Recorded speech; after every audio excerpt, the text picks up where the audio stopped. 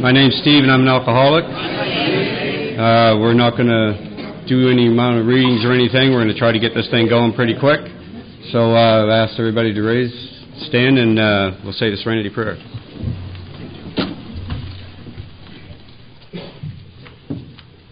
God, to accept things I cannot change, courage to change things I can, and wisdom to know the difference.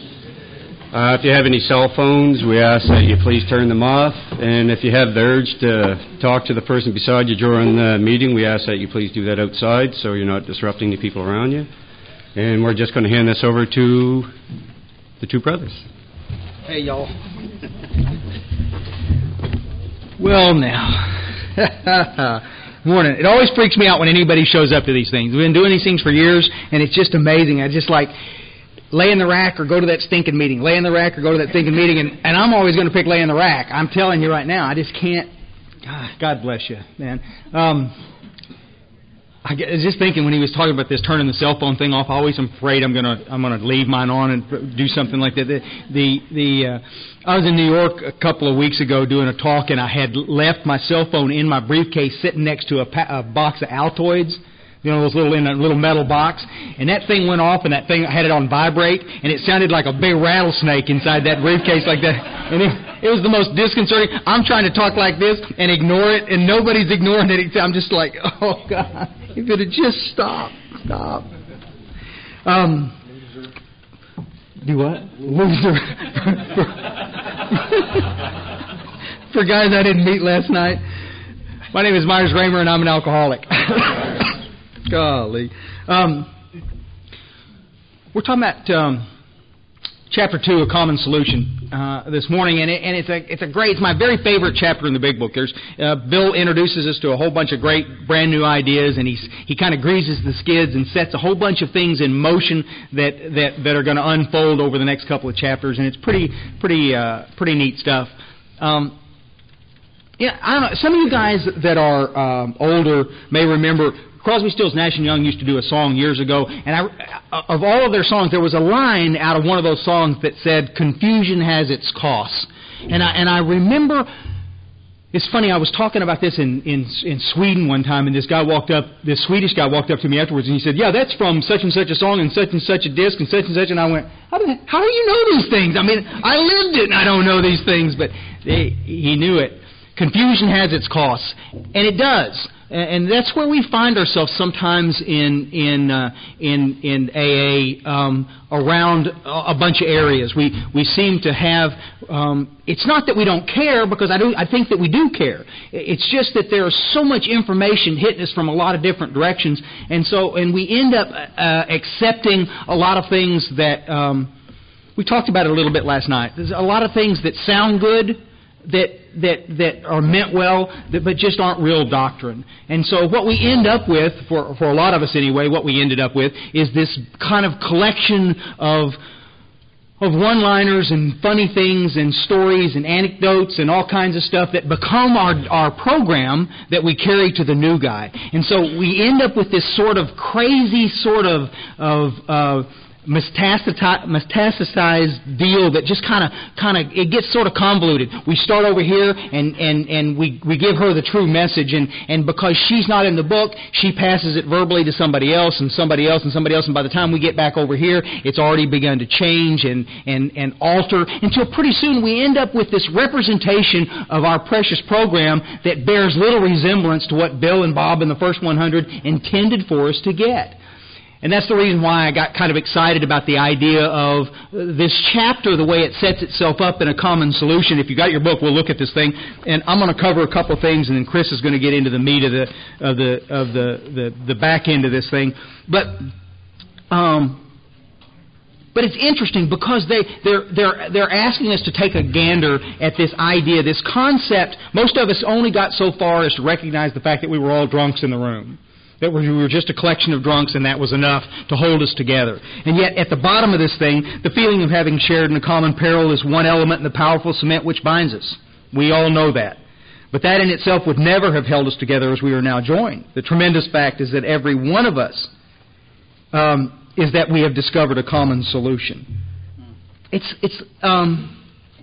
so the goal, guys and gals, would be if we could identify the common solution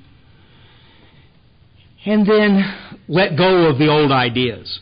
So let's take one little side road before we get back into this chapter, okay? This idea that perhaps we could actually let go of some old ideas. First, you'd have to recognize the fact that the old ideas may be harming you, that may be not doing what you think they're doing.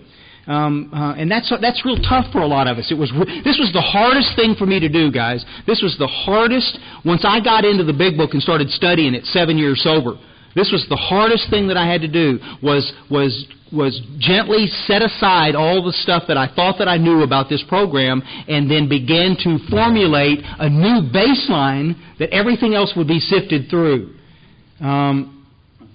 It's like, well, we say, well, our collective knowledge in AA is important, and this is the experience that we share. I got no argument with any of you about that. Our collective experience is important. Our experiences are important. The problem becomes when there is no program out of our basic text that goes along with the experience to buffer that. Let me give you an example. I had this lady that I absolutely adored in AA that used to talk from the podium all the time or in a meeting. She used to talk about how she got sober in AA by practicing yoga. I love yoga. Listen, I have not a problem in the world with yoga. But that's her opinion. You understand what I'm saying? That's her opinion, that yoga saved her bacon. And the preposterous idea that that same thing would save your bacon may be pushing it to the limit, right? That's when we get to a situation where we share an opinion that we mean well that actually has the power to hurt somebody on down the road. When we had a basic text that used words like exactly and precisely, and they were giving us specific instructions, and yet we were going to ignore those instructions, and then we were going to just gravitate to the easier, softer way, which was we'll love each other into AA. And there's nothing wrong with loving each other into AA, but there's more there than just that. I'm going to tell you this, guys, and believe me when I tell you, I've thought about this a million times. If love was enough to get me and keep me in AA, my mama would have got me sober. Scout's honor. She loved me to death, but it was not enough. Love itself is not enough. It takes action and it takes doing some things, and most of them make me do things that I don't want to do. And that's why I would rather gravitate to the one-liners and gravitate to the other stuff than to, you guys know how that stuff works. Flip over the page.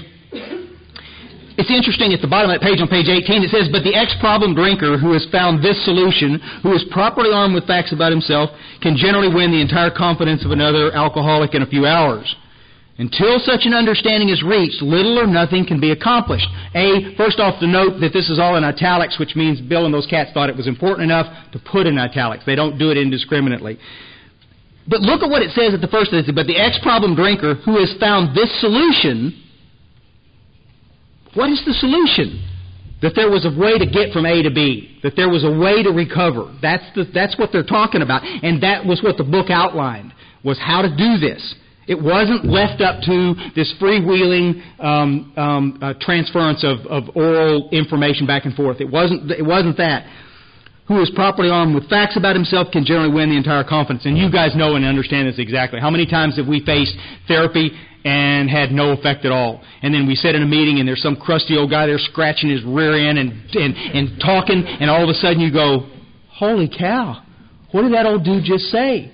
And all of a sudden we connect and we know, here is a man that understands my condition on a level that no other man has ever been able to connect. This is powerful stuff. And this goes along the same line of some of the stuff that we were talking about last night. Somebody said one time, he said, I questioned his judgment why he said it in the first place, but he said, Myers, I want to talk just like you. And I remember thinking, why would you want to do that? Why? I know where he was coming from. I know what he was trying to say. But the point is that God put each and every one of us in a particular place here as men and women, as recovered alcoholics, with the unique ability to reach somebody else in a room. And it's an amazing, amazing thing. Have you ever been in a situation where you were in a meeting and you'd shared something and you thought, yeah, they dug what I said, like this. And you think there's some little guy eyeballing you across the room, and he's kind of looking at you, and you think, as soon as I get done, he's going to come up here and he's going to ask me to sponsor him. I've been in this situation a dozen times that I can remember. And I'm sitting there like this going, yep, he'll be here in a minute, like this. And and he does. He's heading this direction. I go, see, I told you, like this. And he just kind of pushes me out of the way, and he walks around there, and he starts talking to this little knucklehead behind me. And I'm going,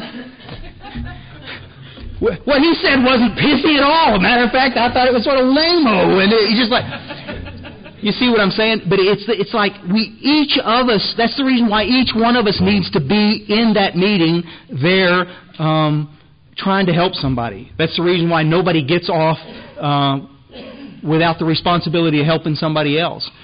And that's the reason why I'm often amazed at the little guy that comes in that's the most timid, that's the most beat up, the quietest woman in the room. If you can get her off her butt, and if you can get her heading in the right direction, doing the right work, she can get free and clear of everything that held her back for generations, and she can kick some major AA butt. And I've seen it until it's an amazing miracle, and you see it all the time. And it's also the part that keeps this thing so exciting. It's the stuff that keeps me coming back day by day by day to see these kinds of miracles. Top page 19 is one of my very, very favorite. If you've ever sponsored anybody, this needs to be in your arsenal of go-to paragraphs, because I promise you, you'll be faced with it all the time. None of us makes a sole vocation of this work, nor do we think its effectiveness would be increased if we did. We feel that elimination of our drinking is but a beginning, period. A much more important demonstration of our principles lies before us in our respective homes, occupations, and affairs. Let me ask you guys a question. How many of you guys have ever left an AA meeting feeling like you were a spiritual giant, a guru in your own mind, right? And then you get home and you step over the threshold and there's some book bags in the doorway, or somebody left a bunch of big old clod of shoes laying there like this, and all of a sudden you're stirred up and agitated, and by the time you get to the back bedroom, you're looking for somebody to kill, right? See, it's not just me. It is you two. Why is it? Have you ever wondered, why is it that it's harder to be a spiritual giant around the people that you love the most, and the easiest to be a spiritual giant around the people that you barely know, sitting in an AA meeting? It's the craziest thing in the whole wide world. And yet this is what this thing is saying. When I'm working with men in AA, I'm paying particular attention to their actions. I pay very little attention to what men tell me these days. I hardly listen to them at all. It just goes in one ear and out the other ear. I watch what they do, what their actions are, and especially I watch what they do around their families. How do you treat your employer? How do you treat your kids and your wife and your people that you know? Again, it's real easy to stay spiritually aligned sitting in an AA meeting. I'll treat you with utmost kindness, and then I'll go home and raise my voice at my wife. What is that about? And all of these things, these are key indicators, manifestations of a spiritual condition that is not right. It speaks of hypocrisy, and it speaks of this kind of contradictory nature of our recovery. It's pretty weird. And if you start paying attention to it, there is a reason that you're doing that. You're not maladjusted. You're not evil. You're not a mean old son of a bitch. You're not. But there's a reason that you're doing it, and you need to find out what it is. And most of the time, it always goes back to not dealing with the things work-wise, program-wise, that we should be dealing with. You're letting up in certain areas, or not doing, or completely ignoring certain areas of the program that you need to be addressing. We see that stuff all the time. And the last little piece I want to do before Chris comes up on this thing, this is more of a side road than an actual, this is just sort of a little commentary on something that you may be interested in, you may not be interested in. At the bottom of that page, there was a paragraph that is of interest. It says, it's just below the halfway mark on the page, and it says, "We have concluded to publish an anonymous volume setting forth the problem as we see it. We shall bring to the task our combined experience and knowledge. This should suggest a useful program for anyone concerned with our drinking problem. It's interesting. Within the fellowship now, it's always we stand in front of a room and share our experience, strength, and hope. But for a lot of us, it was interesting for me to learn that experience, strength, and hope was never part of our original text. It wasn't introduced until the forward of the third edition in 1976. But it was originally brought in by the Grapevine in 1945 by some editorial staff who wrote it. It sounded good, and it became adopted. The reason I'm mentioning this is how interesting it is that things can be added to your program, and you never really know where they came from or what the deal was. Now listen, there is nothing wrong with sharing experience, strength, and hope. Please, are we all on that same page? I don't want anybody coming up here saying, you know what he said about... I love sharing experience, strength, and hope, but I like this better, and I'll tell you the reason why. The literature asks us to share our combined experience and knowledge. Our experiences are all different. Our experiences of what happened when I had my journey into recovery is different than yours, and those experiences are entertaining, and they're often very helpful to a brand new guy that is coming in. But what's really important is the knowledge of how I recovered. That's what they were talking about. The literature told me if I did this, I would get this. They were real clear about it. And so... But that knowledge has seemed to, in some places, has been left behind. It's been sort of kind of watered out. You ever hear a guy stand up in front of a group, like at a birthday night? Well, I've been sober for 10 years. I don't have a clue how I got here. Listen, and I know where he's coming from. I understand humility. I understand that's his attempt at humility. I do understand that. And yet it drives me crazy to hear it. It's one of those things that I just go, listen, I've been sober 21 years, guys, and I know exactly how I got here. I know exactly what keeps me here. I know exactly why I will stay here. I know these things because the literature is clear on this stuff. The knowledge of how this program works is that important, and that's what I hope that everybody would get back into. Strength and hope is great stuff, but my mama could share strength and hope with me. Did you understand that? My mama could share strength and hope with me, but it didn't keep me sober. What I needed was a man in AA who had the knowledge of how he recovered to carry that same knowledge to me to show me how to recover. And that is an amazing, amazing thing. I'm not knocking any of that stuff. Everybody always wants to misunderstand this stuff, and somebody will come up and say, I don't think you should say those unkind things about experience, strength, and hope. I'm not. I'm just telling you I like the book's original version better. That's a personal opinion. I like the fact that they would address experience and knowledge as being important to our recovery.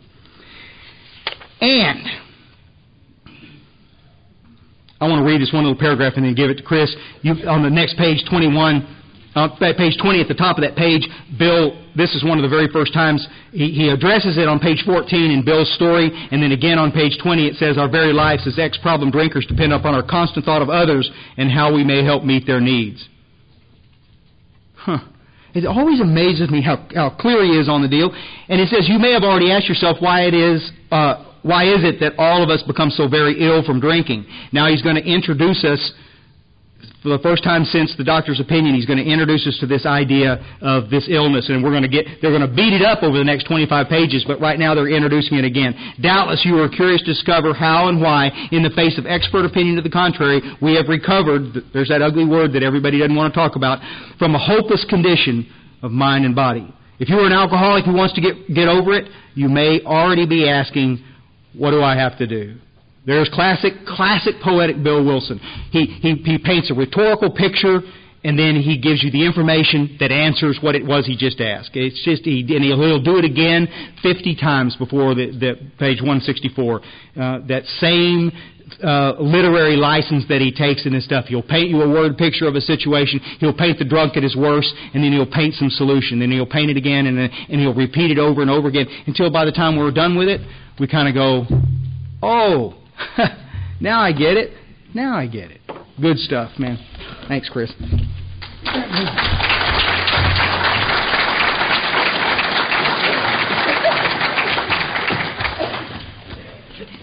Just saving you, brother. Well, my name's Chris Raymer. I'm a very grateful recovered alcoholic. And I'm delighted to be here. I apologize for not wearing a coat.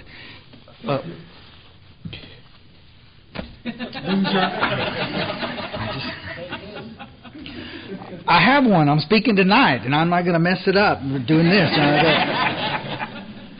My wardrobe's a little shallow this trip. Who knew it was going to be freezing up here? I mean, this is gorgeous up here. I got to tell you, I'm honored to be here. Thanks so much. And the chance to spend a little time talking in this chapter is pretty cool. And it's like I'm going to say tonight, I'm going to give you a little bit of my story. Y'all don't kind of know where I come from. I'm not as messed up as Myers, and so we all get here different ways, and it's a pleasure to be here. I Reader's Digest condensed knew intuitively that I had a problem with the drinking, and I had a bunch of outside issues that were complicating the things a lot. And I was in therapy for a bunch of years, eating lots of medications, and I was in and out of treatment. And I started Alcoholics Anonymous in 1980. Went to my first meeting, and the old geezer says, "Chris, you have a problem with alcohol?" And I said, "Yes." I was drunk then, and absolutely. I got a quart of beer in my pickup truck even as we speak. And he said, "Well, you're in the right room. Welcome." And that was it. That's the extent of the qualifying that was done to Chris Raymer for 7 years. And then we went around and told all the war stories that gave me pause. I said I was one of you and that I was in the right room, but I've never robbed a liquor store, and I have never had a DWI, and I don't beat my wife. And you're trying to scare me into the recovery by sharing your experience, strength, and hope, and you've got me confused because I'm not like you. And I can tell you, folks, I work in a treatment center and have for about 16 years. I do clerical work for a hospital, and I get a chance to talk to lots and lots and lots of people that come in trying to get well, and they are all in that same spot. They've all tried AA, and they get in that room and they find out that this is about Alcoholics Anonymous in this treatment center, and they're so disappointed. I can't believe I've spent this much money to go back to AA. And I'm sitting there very quietly, I can't believe you did either. But but I'm real glad you did. But you'd be amazed at how many people we talk to that all of a sudden start looking with like deer in a headlight, like, what are you talking about? Where are you getting that information? Out of the big book of Alcoholics Anonymous that was published in 1939. This is the big book. This is the message we're supposed to carry. But you see, everybody,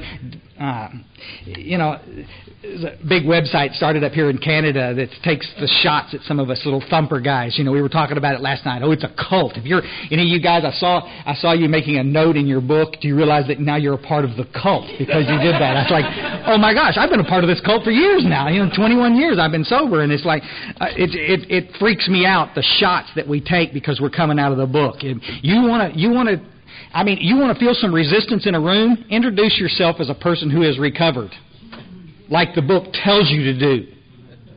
You with us? Oh, my counselor in treatment said we'll always be recovering. Your counselor in treatment probably wasn't even a real alcoholic. But he's going to share this little piece of information with you, and then it's going to water the message down even further. You follow? Why do we have so many young people that don't want to get sober in our fellowship? Why do you want to be a part of a fellowship where every day you have to get up and admit you're sick?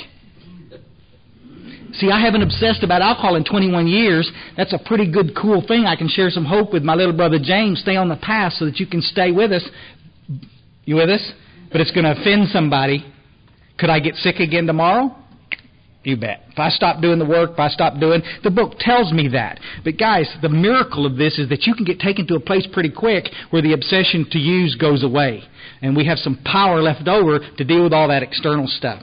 And what Bill Wilson's tried to do in these first couple of chapters, especially in this one we're talking about here, he's trying to differentiate the difference between a hard drinker and a real alcoholic. And again, people get... I use the term because Bill Wilson uses it, but what about the real alcoholic? It's a quote out of the book. And you use this in a meeting and it's like, I don't care what you say. If I say I'm an alcoholic, if I say I'm an alcoholic. No, you're not. You can call yourself a duck if you want to, but it doesn't mean you're a duck. If you say you're a member of Alcoholics Anonymous, the traditions say you can be a member. But I'm thumb. Y'all down with that? Come on with us. We're good with that.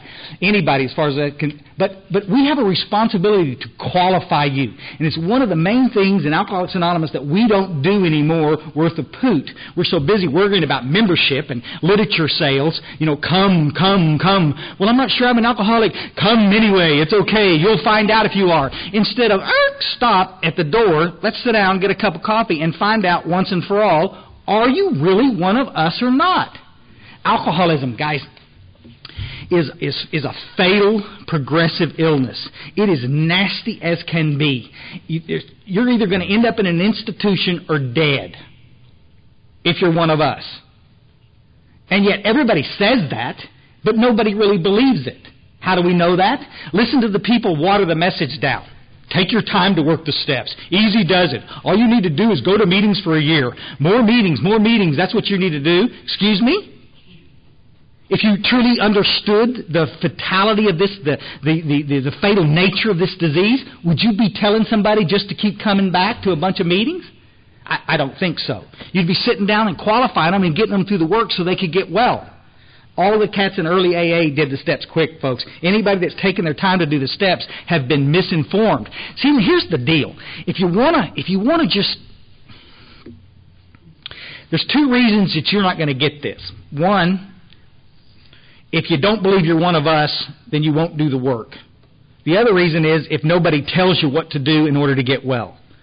Make sense? So I have a responsibility as a recovered alcoholic when I go to meetings or guys I'm sponsoring or working with to make sure that you understand what the solution is. And then you can either do it or not do it. Make sense? Turn to the bottom of page 21. Bottom of page 20. Moderate drinkers have little trouble in giving it up entirely if they have good reason for it. They can take it or leave it alone. You with us? I don't think we got a moderate anybody in here. Maybe. Then we have a certain type of hard drinker. Bill Wilson's trying to separate this up a little bit. Certain type of hard drinker. He may have the habit badly enough to gradually impair himself physically and mentally. It may cause him to die a few years before his time. But here's the kicker. But if a sufficient strong reason comes along, ill health, falling in love, change of an environment, or warning from a doctor, if any of this becomes operative, this man or woman can stop or moderate, although he may find it difficult and troublesome and may even need medical attention. You with us? World is full of hard drinkers. Given sufficient reason, they can quit. Our judicial system in the United States is built on this. If I can punish you enough, hard enough, long enough, one day you'll wake up and say, damn, I don't want to do that anymore, and you'll have the power to not do it. But the real alcoholic, jails are full of us. It says in the next paragraph, but what about the real alcoholic, the real McCoy? He may start off as a moderate drinker, he may or may not become a continuous hard drinker, but at some stage of his career, he begins to lose all control of his drinking once he starts. You follow? I want to show you something real quick. You probably can't see it from the very back, but you guys in the good, expensive seats up here in front can see them. The thing is divided into three little spots, and alcoholism is that. Alcoholism, I'll go ahead and say this now, and drug addiction also. It's the same. It's in the same deal. Alcoholism is genetic in nature. The jury's in, folks. I mean, I work for a hospital, and we study this stuff. I mean, we're cutting edge stuff. It's genetic in nature. Alcoholism is not causal. There's nothing out there that causes you to be an alcoholic. It can exacerbate it. Oh my gosh, some of you guys have been traumatized, and that sure made it worse, and it sure made it tougher for you, but it didn't cause it. That'll cause you to be a hard drinker. You can do some good therapy on that and then get out the other side and be okay. But the real alcoholic, the cat that's genetically predisposed, small percentage in the United States, but the studies are in. I mean, this is pretty much conclusive stuff. Genetics plays a huge part in this. Your ethnic background plays a huge part in it. If you happen to be... you look at the Asian population, there's like very few Asian alcoholics. You'll see some, but statistically very few. You look at North American Indians, if you have any Indian blood in you, welcome to Alcoholics Anonymous. It has nothing to do with anything other than the genetic predisposition. Y'all make sense? I got my father's bad back and his... stunning good looks and his alcoholism and that Myers caught the bullet. I've got a little sister that's a year and 3 months younger than us, and she didn't catch that. And I got a half sister, and she didn't catch. Have you ever noticed that? How come some of your siblings did and some of your siblings did? Guys, it's the luck of the draw. Eggy, spermy, boop, boop, boop, boop, done. And yet you still want to go into meetings and talk about why you're an alcoholic. And this is what the book is trying to say in the same pages. Some of these excuses have a certain plausibility. Oh my gosh, guys, don't get me wrong. Some of us, our disease has progressed, has sped up because of the circumstances and the damage that has been done. But here's what ties us together. You look around this room. We got some drop-dead, gorgeous people in this room. We got a couple of cats I can't even look straight at. You're so ugly. Give me that water down there, brother. It's nothing personal, just like cross-section. I know we've got some very intelligent people in here, maybe some really, cross-section of humanity in here, guys. But the thing that ties us together, this is what Myers was alluding to last night. We have a tendency to want to compartmentalize everybody. We got the gay people over here. We got the kids over here. We got the Vietnam vets over here. We got the people that were molested over here. But we need to understand that the disease doesn't give a rat's butt about all that other stuff. The thing that ties us together, the common problem that the book talks about, is the same in every single solitary one of us. You either got these symptoms or you don't. Walks like a duck, quacks like a duck. It's a duck. And if you don't, it doesn't. And the first part of this thing, the doctor's opinion, it talks about this physical phenomena called craving. Dr. Silkworth spent 16 years as a neurologist in Towns Hospital. He started seeing the similarities. He'd see a black alcoholic come in and this white socialite from the west side come in, and the symptoms were identical with these people. Their lives were completely different, but the symptoms were identical. Once they started to drink, at certain times, this craving would kick in, and they would drink more than they intended. The physical piece of this is that they lost control. Once they started to drink. That's what we have to look at. Did the craving ever kick in? The problem is not that Chris Raymer drinks. The problem is that Chris Raymer drinks too damn much. And at inopportune times. I've got an appointment I'm looking for a job. I've got an interview at 2:00. At lunch, I have a beer with a barbecue sandwich, and by 2:00, I've had 6 beers. Just enough to make me sloppy in that interview. Make sense? Why did I do that? I knew better than to show up at an interview drunk, but here I was. You follow? I didn't choose to do that. This craving kicks in. That's the genetic. That's the piece that Dr. Silkworth could start to see in us. Our bodies metabolize this stuff different than normal people.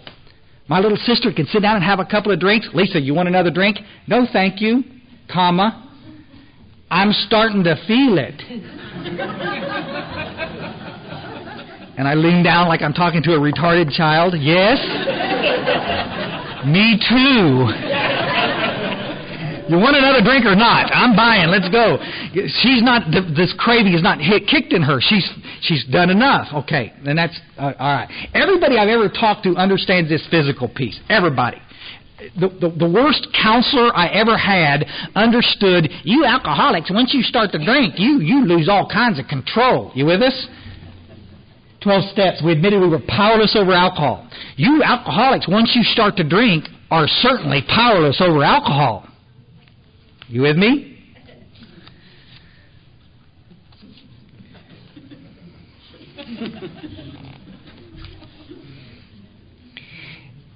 These observations would be academic and pointless of our friend, top of page 23. Never took the first drink, thereby setting the terrible cycle in motion. Therefore, the main problem of the alcoholic centers in his mind rather than his body. If you ask him why he started on the last bender, the chances are he's going to offer you any one of 100 alibis. Sometimes these excuses have a certain plausibility, but none of them really make sense in the light the havoc the alcoholic drinking bouts creates. You'll follow? So what he's saying is, okay, so we got this physical allergy. That's a given. We're going to look at that. But you know what treats the physical allergy? It's called detox. All you got to do to treat the physical piece is not drink. Even that crappy little book called Living Sober got that straight. Oh, I know some of y'all like that book. Listen, if you've got it, just go home, take it off the bookshelf, go out in the backyard, burn it. Don't read it.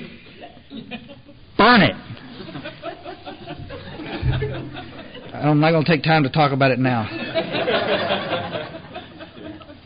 Because Because this is ludicrous. This is idea. These counselors are telling me the same thing. I mean, this took me to the brink of a suicide attempt in 1987. You know, if you really don't want to drink, then just don't drink.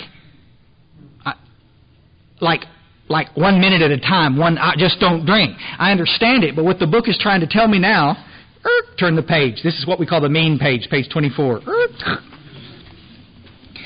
You'd be surprised how many people in Alcoholics Anonymous have never read this page. Page 24, italicized writing, just like Myers was saying, kind of important, that first real paragraph. The fact is that most alcoholics, for reasons yet obscure, have lost the power of choice in drink. Our so-called willpower becomes practically non-existent.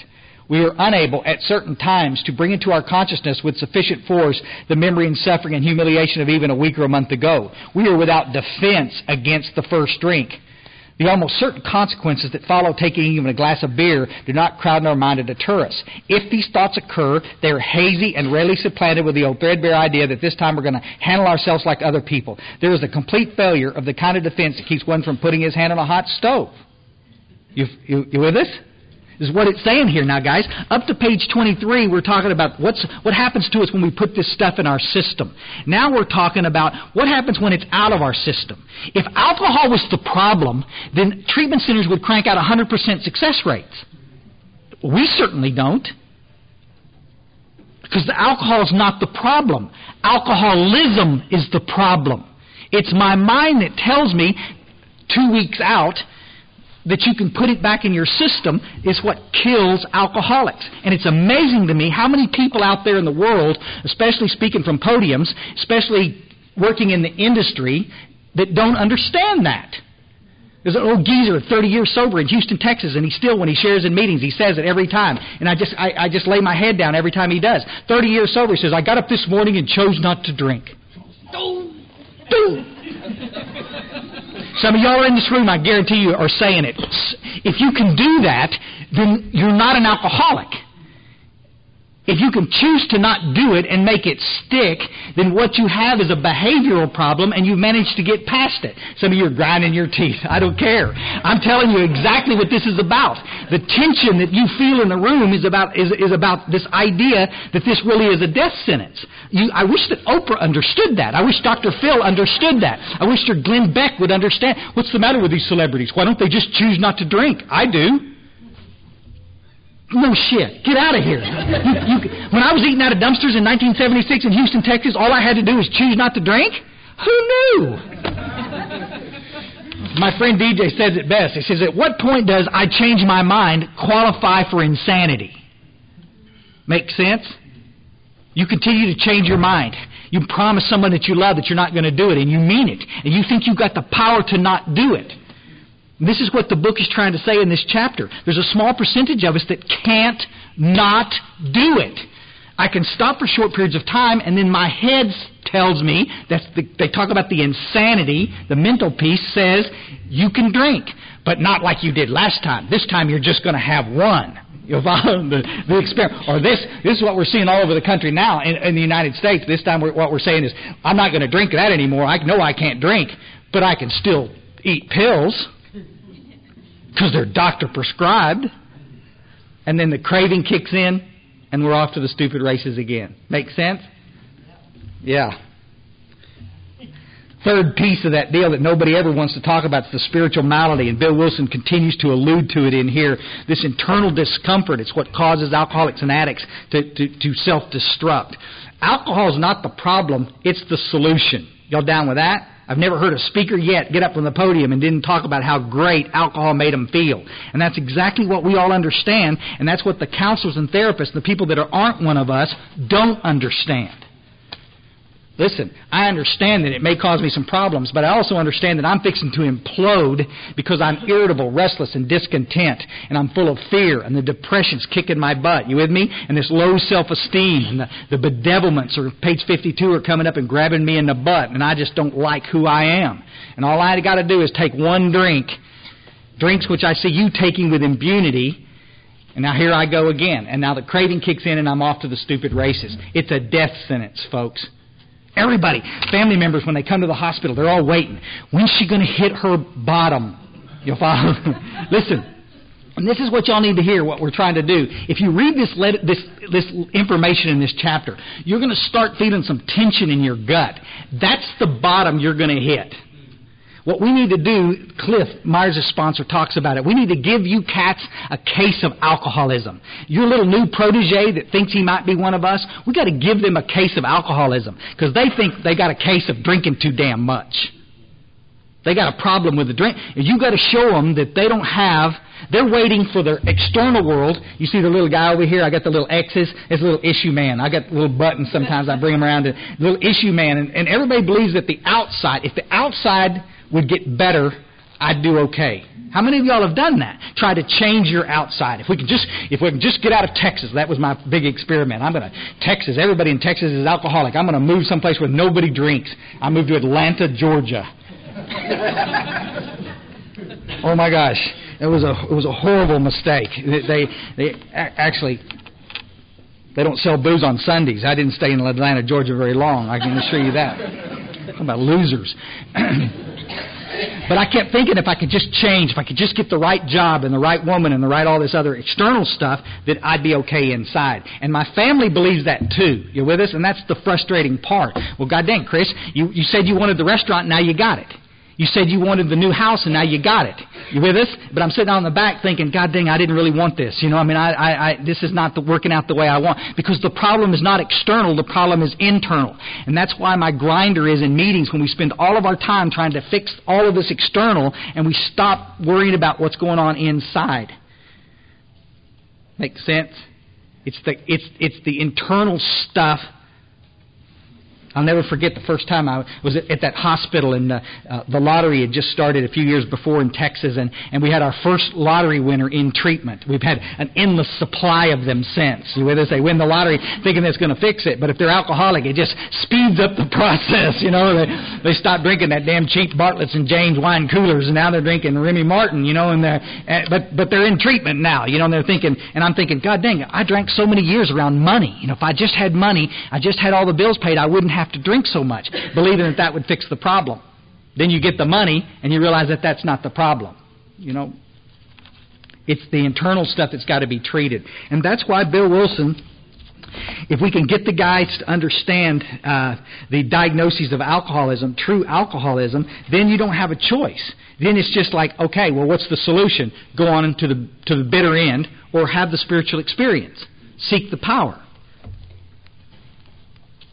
Unabashedly, the book says on the bottom of page 25, it says quite clearly, if you are seriously alcoholic as we were, we believe there is no middle-of-the-road solution. What's middle-of-the-road solution? Anything that's not in this book.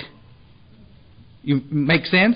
I'm not. You can add any of that other stuff to your program you want to, but don't leave this out. Why is it that the last thing that we ever consider doing is working these 12 steps? You got a guy in Toronto, my first trip to Toronto, looked me dead straight in the face and says, we believe that everybody needs to come to meetings for a year, and at the end of a year, then possibly, perhaps, if you want to, you can find somebody to take you through the steps. Well, but you see so many people stay sober that way, that are not even alcoholics. They don't even have a problem. If you can go to a meeting and just sit on your ass for a year and not drink, why the hell do you need us? Y'all see the tension? It's like I'm not trying to get preachy here, but oh my gosh, the real alcoholic that needs this solution is not going to hear it because it's so muddied down with middle of the road solution. What happens when you're in the middle of the road, guys? You get run over. Get on one side or get on the other. Come in, go out, but do something. That's what the book is trying to tell us. I'll show you one more thing. What?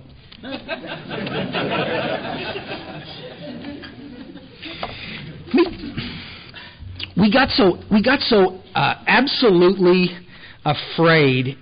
I know in the United States, I can't speak for here, wasn't here, but in the United States, when the treatment center started cranking them out in the 80s, we got so absolutely afraid of offending anybody. It was like we were almost apologetic about talking about the spiritual experience and about God. You make sense? You got the steps on the wall, but we're not going to talk about it. We're going to talk about everything else under the sun. And I can see some of you getting uncomfortable with it now. I'm just saying, why can't we do both? Why can't we do both, is all I'm saying. Why can't we talk about the steps and make sure the newcomer understands the solution and talk about all the other happy horse hockey that we have to talk about? I mean, truly, I'm fascinated hearing about your grandkids one more time. I can't hardly wait. Top of page 28. We, in our turn, sought the same escape with all the desperation of drowning men. Wow. What a sentence, huh? We, in our turn, sought the same escape with the desperation of drowning men. It means Bill Wilson's given us a suggestion called the 12 Steps, and here it is, it's telling us that each in our turn, we get to make a decision. You want to work the 12 steps and have a spiritual experience or not? Well, I don't believe in God. Do you want to work the steps? Because I guarantee you will believe in God if you work the steps, if you can get past your arrogance. And so each in our turn, give this a shot. Make sense? Everybody's going to put their own little spin on it, but let's do it. It's just that simple. Seek the solution with the desperation of a drowning man. Now, how, my friends, does this equate with take your time? I got to say, I got the little one-liners on the wall over here. It says, easy does it. I got to tell you, everybody wants to take that out of context. Do you know where that shows up in the book? Over in the chapter to the families, where it talks about our families. It says, with our families, easy does it is the best idea. No kidding. You know what I'm saying? Go gentle with your families. You've scalded the daylights out of them. Now don't go in there and start preaching to them. Easy does it.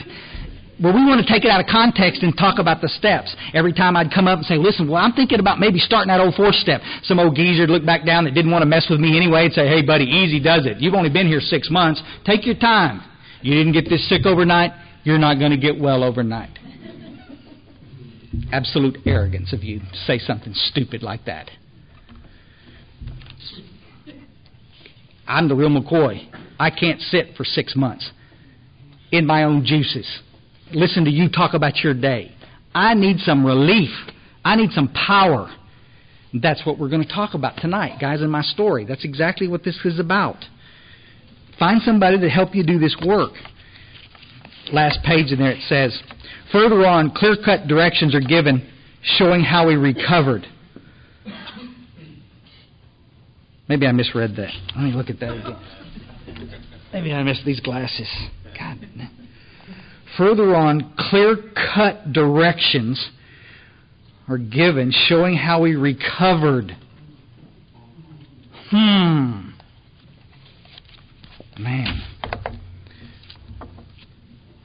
I'm in Alcoholics Anonymous for 7 years and nobody will show me that.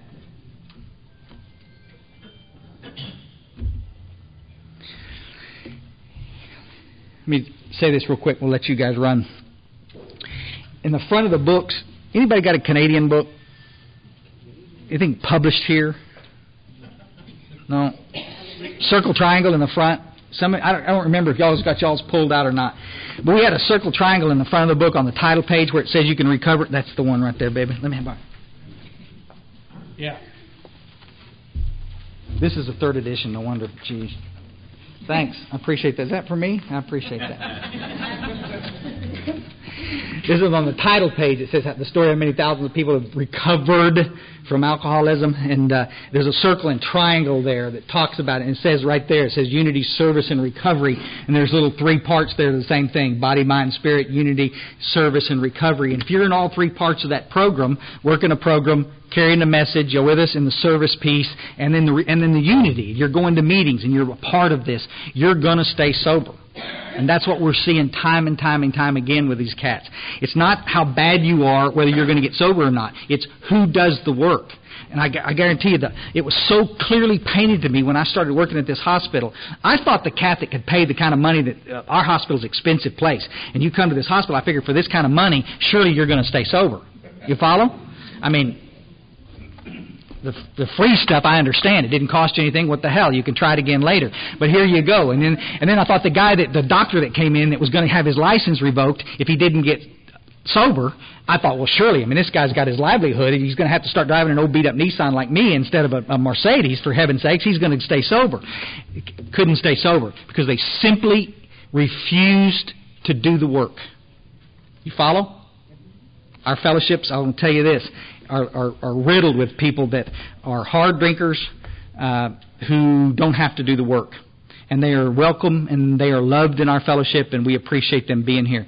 But if you're a newcomer and you want to get sober, don't compare yourself to the person sitting next to you thinking that you're exactly the same without asking some specific questions. And I realize that's really controversial to ask, but you know, if somebody, I needed a spiritual experience, and when I had one, it blew me out of the water. That's what we're going to talk about tonight.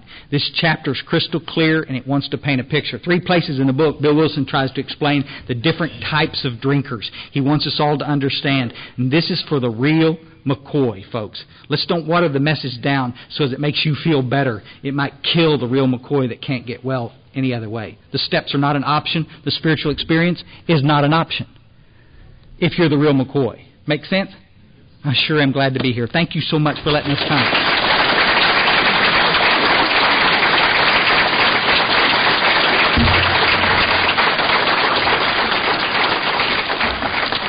Guys, I had little recovery websites listed.